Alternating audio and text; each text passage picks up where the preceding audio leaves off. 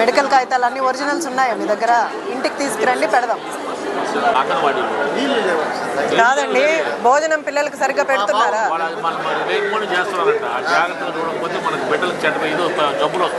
చేస్తున్నారా, చేయట్లేదా? భోజనం సరిగ్గా పెడుతున్నారా? బాగాలేదని అంకుల్ అంటున్నారు.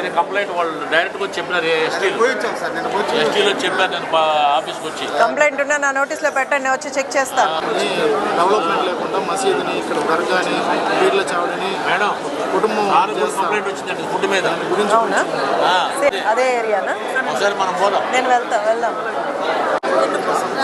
అది తక్కువే కట్టాల్సి ఉంటుందిలేండి. టిట్కో హౌసెస్ ఈ అర్జీ కమిషనర్ గారికి వెళ్తుంది. ఆ హౌసెస్లో ఒకటి పెడతారు.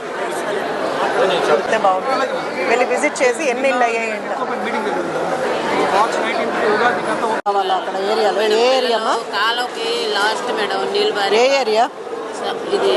నాగరాజపురం. సరే, ఎలక్ట్రికల్ డిపార్ట్మెంట్ వాళ్ళతో మేము మాట్లాడతాంలేండి, వేస్తారా? టిట్కో హౌసెస్ రెడీ అవుతున్నాయమ్మా. కమిషనర్ గారికి అర్జీ ఫార్వర్డ్ చేస్తాను, అక్కడ హౌసెస్ ఇస్తారు. ఒకసారి మనకు పంపిస్తే వీలైతే అమ్మాయికి ఏదైనా జాబ్ ఏదైనా చూపిస్తే ఉంటుంది, బతుకుతుంది కదా. ఎక్కడికి వెళ్ళి చేసుకుంటున్నారు? రెయిన్బోకి వెళ్ళి చేసుకుంటున్నారు. పెన్షన్ రావట్లేదా?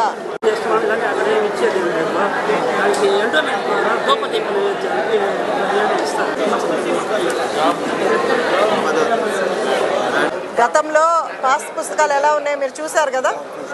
ఇక్కడ కానీ వెనక కానీ జగన్ ఫోటోలు, ఇప్పుడు ఏ నాయకుడి ఫోటోలు లేవు. రాజముద్రతో మీకు పాస్ పుస్తకాలు అందిస్తున్నారు. పూర్తిగా సర్వే చేసి మీకు మీ పేరు ఇక్కడ, మీ ఫోటో ఇక్కడ, మీ పేరు ఇక్కడ ఇచ్చారు. మీ సరిహద్దులు ఏంటని నీట్గా మెన్షన్ చేశారు.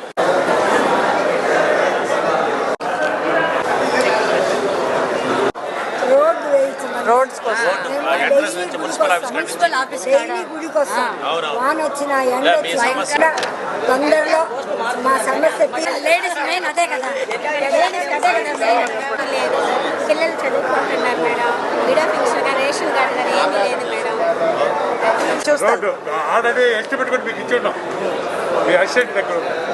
రేపు ఒకసారి వస్తారా కమిషనర్? మున్సిపల్ ఆఫీస్కి వచ్చేసారు, ఓకేనా? ఈ సర్టిఫికేట్లు తీసుకొని ఇంటికి రండి, పెడదాం లెటర్ అంటున్నా. మీకు భర్తలేరా? మార్చేశారు అమ్మవారు. 3 ఏళ్ళ నుంచి అడుగుతామంటే మారుస్తా ఉన్నారు. వీఆర్ఓ వీళ్ళు అడుగుతామంటే వాళ్ళు తలకాయతం రాసుకొని ఫ్రాడ్ చేశారు. తప్పు మాదేమో చేస్తామని కాలేపం 3 ఏళ్ళ నుంచి ఆర్డీఓకి కలెక్టర్ ఇచ్చాము. అందరికీ నమస్కారం. ఈరోజు సూలూరుపేట టౌన్లో కమిషనర్ గారి ఆధ్వర్యంలో ఈరోజు గ్రీవెన్స్ ప్రజా దర్బార్ని ఏర్పాటు చేయడం జరిగింది టౌన్లో. ఈరోజు ప్రజా దర్బార్లో 43 అర్జీల వరకు స్వీకరించడం జరిగింది. ఎక్కువగా ప్రజా సమస్యలు పరిష్కారమే ధ్యేయంగా మన కూటమి నాయకులందరం కూడా పనిచేస్తున్నాం.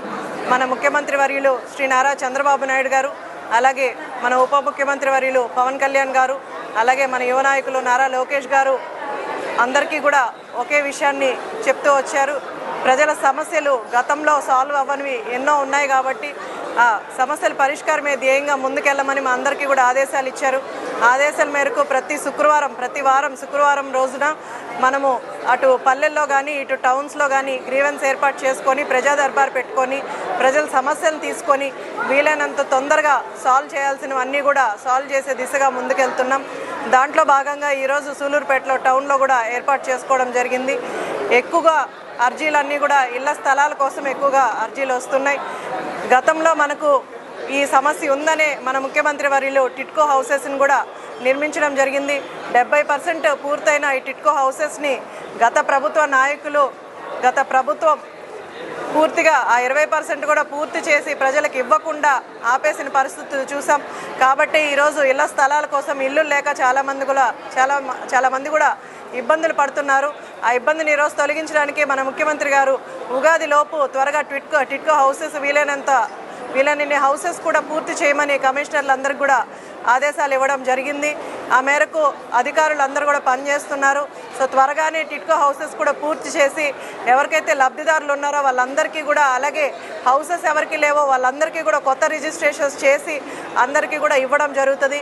కాబట్టి ఎవరైతే లబ్ధిదారులు ఉన్నారో నాయకులు కూడా మీ ఏరియాస్లో ఎవరైతే హౌసెస్ కోసం ఇబ్బంది పడుతున్నారో వాళ్ళందరినీ కూడా కమిషనర్ గారిని కలిసి టిట్కో హౌసెస్ కూడా రిజిస్టర్ చేసుకునేలాగా నాయకులందరూ కూడా పనిచేయాలని కోరుకుంటున్నాను. అలాగే ఈరోజు 10వ తారీఖు మన నియోజకవర్గంలో జాబ్ మేళా కూడా కండక్ట్ చేస్తున్నాం. ఎవరైతే జాబ్స్ లేక యువత ఇబ్బంది పడుతున్నారో వాళ్ళందరూ కూడా జాబ్ మేళాకి వచ్చి అక్కడ, ఎందుకంటే హెచ్ఆర్లు అన్ని డిపార్ట్మెంట్ వాళ్ళు మన నియోజకవర్గంలో ఎక్కువ అవకాశం ఉంది ఉద్యోగ అవకాశాల కోసం, ఎందుకంటే ఇండస్ట్రీస్ ఎక్కువగా మన నియోజకవర్గంలో ఉన్నాయి కాబట్టి ఈ అవకాశాన్ని సద్వినియోగం చేసుకొని నాయకులు కూడా ఎవరైతే ఈ ఉద్యోగాలు లేక ఇబ్బంది పడుతున్నారో వాళ్ళందరినీ కూడా జాబ్ మేళా అటెండ్ అయ్యేలాగా చూసి ఈ అవకాశాన్ని సద్వినియోగం చేసుకోండి. అలాగే ఈరోజు మనం పట్టాదారు పుస్తకాలు కూడా అందించడం జరిగింది. గతంలో మనం పట్టాదారు పుస్తకాలు చూస్తే వాటి మీద నాయకుల పేర్లు కానీ లేదా సర్వే రాళ్ల మీద నాయకులు బొమ్మలు ఉండేవి. ఇప్పుడు అలా లేకుండా ప్రభుత్వ రాజముద్రతో మనం ఈరోజు పట్టాదారు పుస్తకాలు కూడా సర్వే చేసి నీట్గా వాటికి ఒక మ్యాప్ తయారు చేసి సరిహద్దుల్ని పెట్టి అలాగే క్యూఆర్ కోడ్ని మెన్షన్ చేస్తూ వాళ్ళ డీటెయిల్స్ అన్ని నీట్గా ఇచ్చి ఎంత ఎక్స్టెంట్ భూమి ఉందో కూడా మెన్షన్ చేసి వాళ్ళ ఫోటోలతో మనం ఒక పట్టాదారు పుస్తకాలని మళ్ళీ రీసర్వే చేసి, ఎందుకంటే గతంలో చాలా అవకతవకలు ల్యాండ్స్ మీద జరిగాయి. 1 ఎకరా ఉన్న వాళ్ళకి దాన్ని సగం ఎకరా ఇంకెవరి పేరు మీద రాయడం, లేదంటే మనకు 50 సెంట్లు ఉంటే దాన్ని 2 ఎకరాలు 3 ఎకరాలుగా చూపించి ఈరోజు చాలామందికి పెన్షన్లు కానీ ఇలాంటి సంక్షేమ పథకాలు ఏవి కూడా రాకుండా ఇవాళ చాలామంది ఇబ్బంది పడుతున్నారు. ఇవన్నీ కూడా దృష్టిలో పెట్టుకొని చంద్రబాబు నాయుడు గారు రీసర్వే చేయించి భూములన్నీ కూడా ఎవరికి ఎంత ఉందో ఎక్స్టెంట్ అంతవరకే ఇవన్నీ కూడా జరుగుతున్నాయి. దీనివల్ల చాలామందికి ఈరోజు సంక్షేమ పథకాలన్నీ కూడా వచ్చే అవకాశం ఉంది. ఇలా రీసర్వేలు చేసి ఈరోజు మళ్ళీ పట్టాదారు పుస్తకాలు కూడా అందరికీ అందజేస్తున్నాం. మీరు ప్రజలు కూడా అలాగే మీడియా వారు కూడా గమనిస్తున్నారు. ఇప్పుడు కూటమి ప్రభుత్వం ఏర్పడిన తర్వాత అటు అభివృద్ధి కావచ్చు, సంక్షేమం కావచ్చు, అలాగే ప్రజల సమస్యలు కావచ్చు అన్నీ కూడా దృష్టిలో పెట్టుకొని కూటమి నాయకులందరం కూడా కష్టపడి పనిచేస్తున్నాం. ఈ 2 సంవత్సరాల్లో వీలైనంత వరకు మనం సాల్వ్ చేసుకుంటూ వచ్చాం. అలాగే మనం ఫండ్స్ తీసుకురావడానికి కూడా మనకి ఇటువైపు ఎంపీ లేరు కాబట్టి లేదా మినిస్టర్ మన జిల్లాలో లేరు కాబట్టి కొంతవరకు ఫండ్స్ తగ్గుతున్నాయి. వీలైనంతగా నేను కలెక్టర్ గారిని కానీ అలాగే మినిస్టర్ని కూడా కలుస్తున్నాను. రేపు 11 నుంచి అసెంబ్లీ సెషన్స్ కూడా స్టార్ట్ అవుతున్నాయి. ఆలోపు ఈ అంటే ఫిబ్రవరి 11 నుంచి మార్చి 12 వరకు మాకు అసెంబ్లీ సెషన్స్ జరుగుతాయి. సో వీలైనంత వరకు మినిస్టర్లు కలిసి సెక్రటరేట్లో వర్కులు ఫాలోఅప్ చేసుకొని వీలైనంత డెవలప్మెంట్ చేయడానికే ప్రయత్నిస్తున్నాను. ఇంకా కూడా రాబోయే 3 సంవత్సరాల్లో ఖచ్చితంగా సూలూరుపేట టౌన్ ఒకటే కాదు, అటు నాయుడుపేట టౌన్ అలాగే గ్రామీణ ప్రాంతాలు కూడా ఈ 5 సంవత్సరాల్లో వీలైనంత వరకు అంటే ముఖ్యంగా ఉన్న సమస్యలన్నీ పరిష్కారం వైపు ముందుకెళ్తూ సూలూరుపేట టౌన్లో మాత్రమే మనం 5,94,00,00,000తో డెవలప్మెంట్ యాక్టివిటీస్ స్టార్ట్ చేసాం. అలాగే మన మున్సిపల్ మినిస్టర్ పొంగూరు నారాయణ గారు డ్రైన్స్ కోసం 18 కోట్లు సూలూరుపేట టౌన్కి ఇస్తున్నారు. అలాగే నాయుడుపేటలో కూడా 16 కోట్లు పెట్టారు. అలాగే డ్రింకింగ్ వాటర్ కూడా మనకు 174 కోట్ల వరకు మనకు శాంక్షన్ చేశారు. అవి కూడా పైప్ లైన్ వర్క్స్ అన్నీ కూడా గతంలో ఆగిపోయి ఉన్నాయి. అవన్నీ కూడా అమృత్ 2.0 కింద మనకు శాంక్షన్ అయ్యింది. అది కూడా త్వరగానే మొదలు పెడతారు. అలాగే గ్రామీణ ప్రాంతాల్లో కూడా మనకు పిఆర్ రోడ్స్ అన్నీ అంటే ఏవైతే డ్యామేజ్డ్ ఉన్నాయో అవన్నీ కూడా పెట్టారు.